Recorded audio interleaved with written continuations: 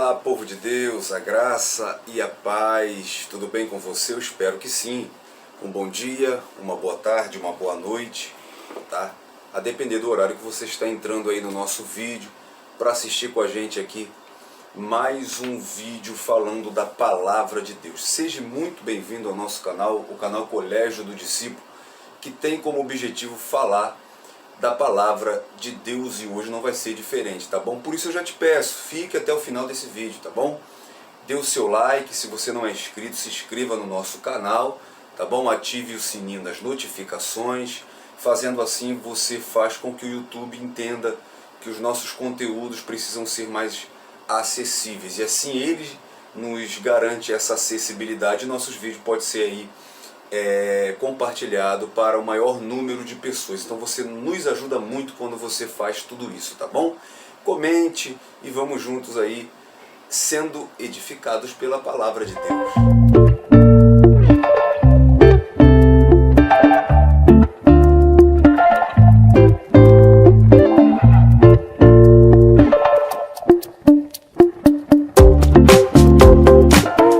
Galera, eu quero falar hoje aqui junto com vocês sobre um assunto muito importante, tá bom? Esse vídeo vai para a playlist Perguntas e Respostas Bíblicas, tá bom? É sobre antropologia, a matéria que estuda o homem. E hoje, na verdade, nós vamos dar início a uma sequência de vídeos falando sobre a essência do homem, da natureza humana, tá?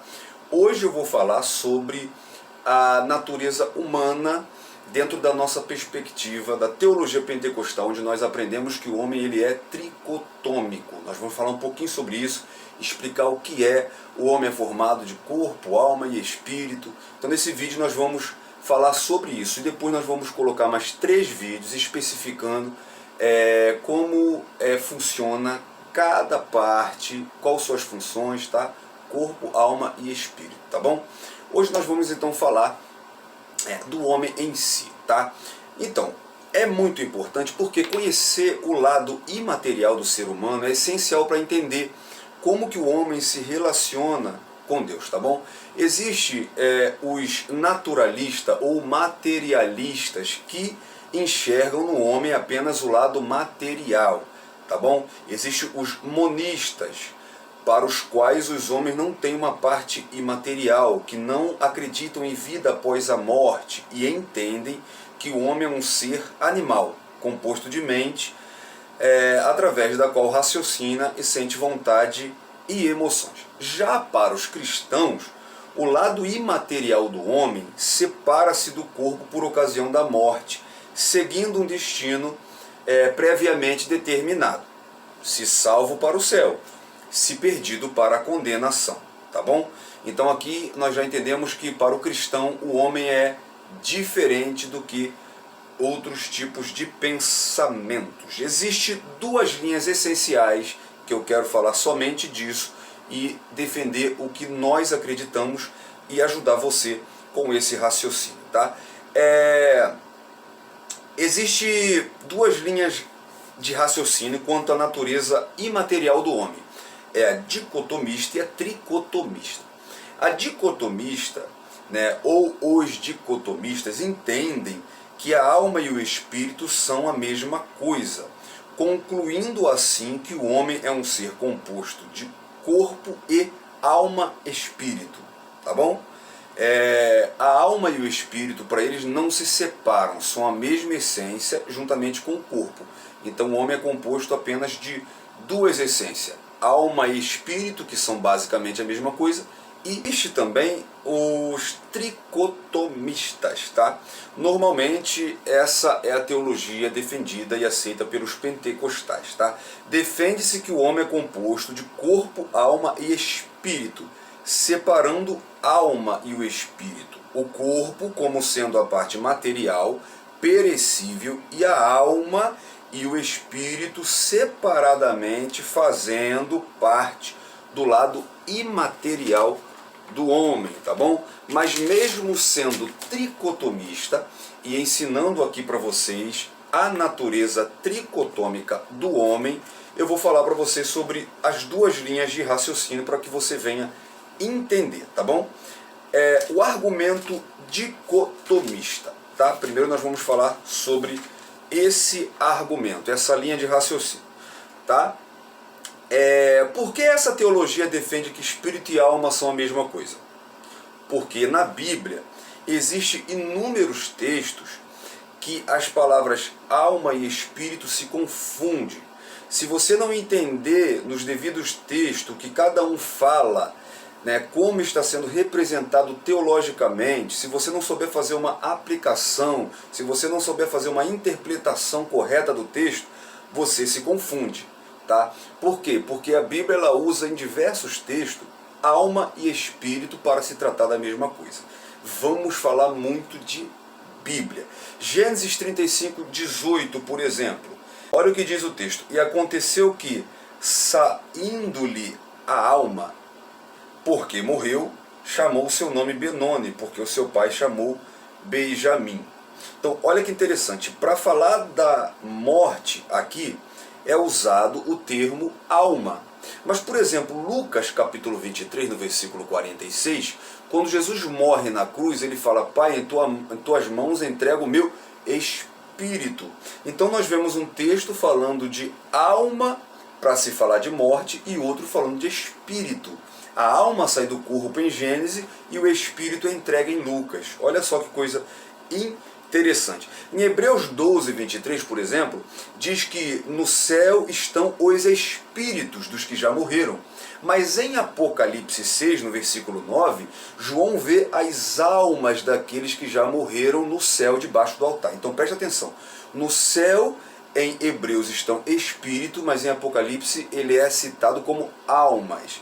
Com relação a sentimentos, João emprega dois termos. Olha só, João capítulo 12, 27 diz que a minha alma está perturbada. Alma, para se relacionar a sentimento. Em João 13, 21, diz que o espírito dele se turbou. Então olha só como alma e espírito é usado para se tratar de sentimento. Olha só, quanto a pecado, Ezequiel 18:4 diz que toda alma que pecar, essa morrerá. Agora, em 2 Coríntios 7, no versículo 1, ora amado, pois temos tais promessas, purifiquemo-nos de toda imundície da carne e do espírito. Então Paulo está relacionando o pecado com o espírito.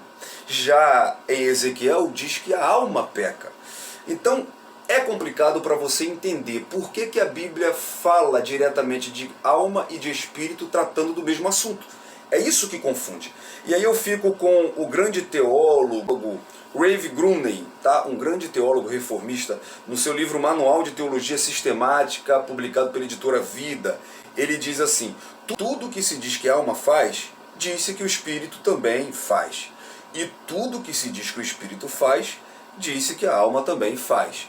Ou seja, a Bíblia, ela trata muitas das vezes os dois termos baseados na mesma coisa. É isso que é preciso se interpretar, cada texto dentro do contexto, para entender do que se está falando.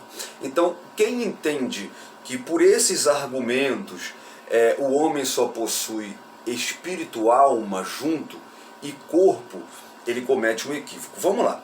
Então eu preciso falar para você aqui, para a gente terminar o vídeo, sobre o argumento tricotomista, que é o que nós defendemos, que é o que nós passamos para você e você precisa entender.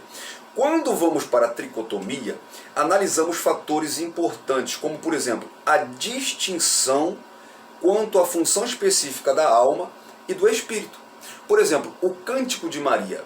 Lá em Lucas 1, 46 e 47, Maria diz assim: a minha alma engrandece ao Senhor, e o meu espírito se alegra no meu Salvador. Veja como há essa distinção de função. Olha como ela separa alma e corpo em funções diferentes. 1 Tessalonicenses, no capítulo 5, versículo 23, é um dos textos-chave da tricotomia. Diz assim: e o mesmo Deus de paz vos santifica em tudo, e todo o vosso espírito e alma e corpo sejam plenamente conservados e irrepreensíveis para a vinda do nosso Senhor. Veja como Paulo, ele separa espírito, alma e corpo. Hebreus capítulo 4, versículo 12, diz que a palavra é viva e eficaz, mais penetrante do que uma espada de dois gumes. E ele diz que ela penetra entre a divisão da alma e do espírito. Separa. Juntas e medulas, corpo. Ou seja, também está falando de alma, espírito e corpo separadamente. Tá bom? Então o fato da Bíblia fazer uso simultâneo dos termos alma e espírito não significa que não exista distinção entre eles. Tá? Mente e sopro não significam a mesma coisa. Então a gente precisa fazer essa distinção. O uso corrente na Bíblia, misturando os termos, não significa especificamente que não haja funções e particularidade distinta no Novo Testamento. Principalmente os textos que falam da nova natureza do homem, bem como os que falam dos dons do Espírito. Então é necessário que nós tenhamos cuidado ao analisar os textos para que nós não venhamos cometer equívocos quanto à interpretação correta de cada texto. Tanto o espírito quanto a alma são usados livremente para tratar da parte imaterial do homem. Tá? Tiago capítulo 2, no versículo 26, porque assim como o corpo sem o espírito está morto, assim a fé sem obras é morta. Tá? Assim como nós vemos também em 1 Pedro, capítulo 2, versículo 11, olha o que já diz aqui, 1 de Pedro, capítulo 2, no versículo 11. Amado, peço-vos, como a peregrinos e forasteiros, que vos abstenhais das concupiscências carnais que combatem contra a alma. Então Tiago, ao falar do homem, ele usa corpo e espírito. Pedro usa carne e alma. Tá? Então a Bíblia ela usa do termo livremente para tratar da parte imaterial do homem. É preciso que façamos o estudo, e é isso que a gente vai fazer, sobre cada um separadamente, quais são suas funções, para a gente poder compreender. O próprio Deus, ele é descrito como alma e como espírito. Quer ver? Isaías capítulo 42, versículo 1. Eis aqui o meu servo, a quem sustenho o meu eleito, em quem se compraz a minha alma. Aqui é Deus falando, tá? Lembrando disso. Quando nós vamos para Jeremias, capítulo 9, no versículo 9, olha como o termo aqui é usado. Porventura, por estas coisas não os visitaria, diz o Senhor, ou não se invigaria a minha alma como tal esta. Então vê como é falado alma. Agora vamos para Mateus, capítulo 12, no versículo 18. Tá? Mateus 12, 18 diz assim: Eis aqui o meu servo que escolhi, o meu amado, a quem a minha alma se compraz. Também é Deus falando. E olha como ele diz: porém nele o meu espírito, e anunciará aos gentios. Hebreus capítulo 10, no versículo 38, diz assim: mas o justo viverá pela fé, e se ele recuar, a minha alma não tem prazer nele. Então veja como alma também é atribuído ao próprio Deus, e como também o termo espírito aparece aqui, tá bom? Mas a Bíblia sempre mostra que a alma e corpo são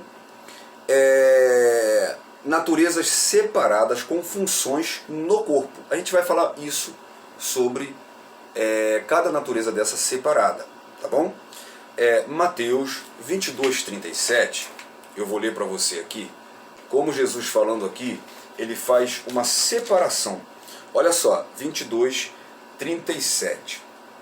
E Jesus disse-lhe: amarás ao Senhor teu Deus de todo o teu coração, e de toda a tua alma, e de todo o teu entendimento. Então olha como o homem, no corpo do homem, na natureza do homem, é trabalhado três formas diferentes, três funções específicas. E vou repetir, a gente vai ver isso nos próximos vídeos, tá bom? Então, do mesmo modo, como Deus é trino, O homem é um ser criado à sua imagem semelhante e é constituído de uma natureza tricotômica: espírito, alma e corpo. Então, eu espero ter te ajudado.